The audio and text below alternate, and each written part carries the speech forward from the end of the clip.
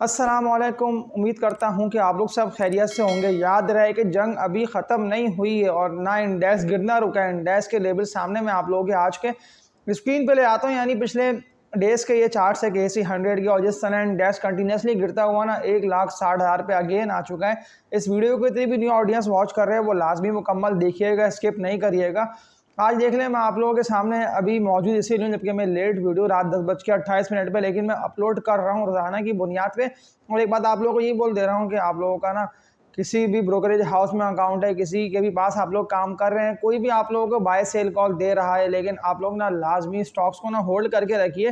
किसी की बातों में ना आए कि आप लोग बाय की कॉल सुन के ना अपने जो लॉस वाले शेयर्स हैं उनका आप लोग सेल पे सेल करते रहिए। इस वीडियो को न्यू ऑडियंस तो लाजमी सब्सक्राइब पे क्लिक करके बेल नोटिफिकेशन ऑल पे क्लिक कर दे। मैं आप लोगों को क्यों नफ़े को पक्का करने को मुसलसल बोलता रहा, कौन से शेयर्स में कि जो शेयर्स आप लोगों के सामने तो आ रहे होते हैं ना कोलेटरल्स में, कि जो शेयर्स आप लोगों के प्रॉफिट्स में है पड़े हुए, जो शेयर्स की आप लोगों के पास होल्डिंग है और जो नफ़े में है, बड़े नफ़े के अंदर, उनका आप लोग पक्का लाजमी करिए। क्योंकि आप लोगों को ना नफ़े को पक्का करना ज़रूरी इसलिए भी है कि जो जंग है वो अभी तक नहीं रुकी है, इसीलिए उधर इंडेक्स जो है वो गिरता हुआ 1,60 तक आ गया ना, जबकि क्लोजिंग दी है 1,62 1,63 पे।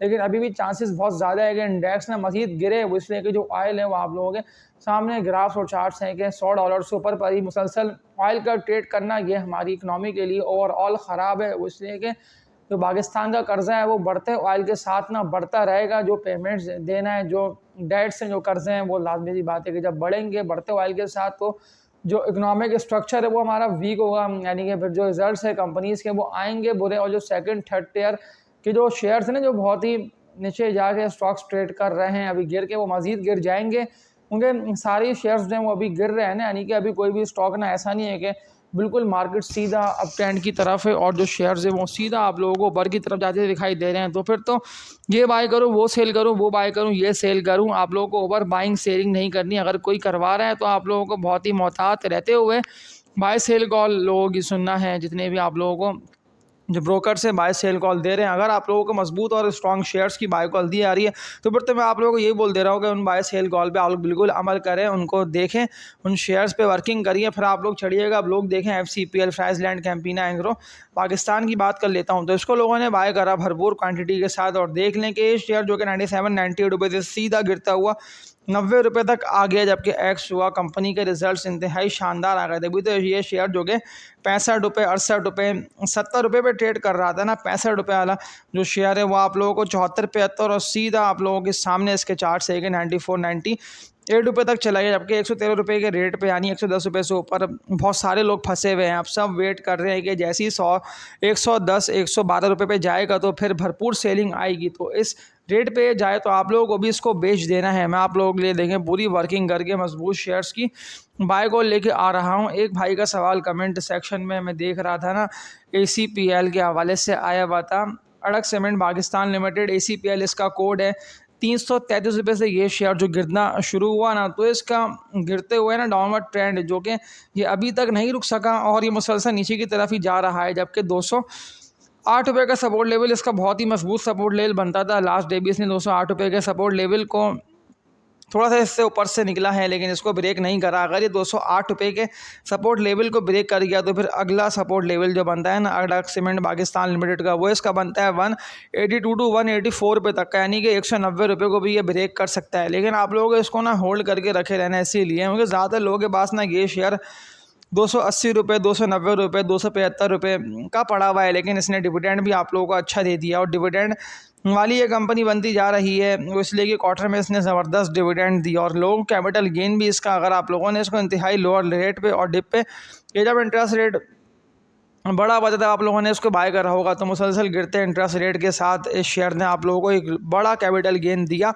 लेकिन अब जिस तरह इंटरेस्ट रेट बढ़ रहा है और मुसलसल गेना लड़खड़ा सा गया और ये गिर रहा है, तो 180 रुपये का रेट अगर ये ब्रेक कर देता है तो फिर आप लोग को 175 रुपये पे ये शेयर दिखेगा।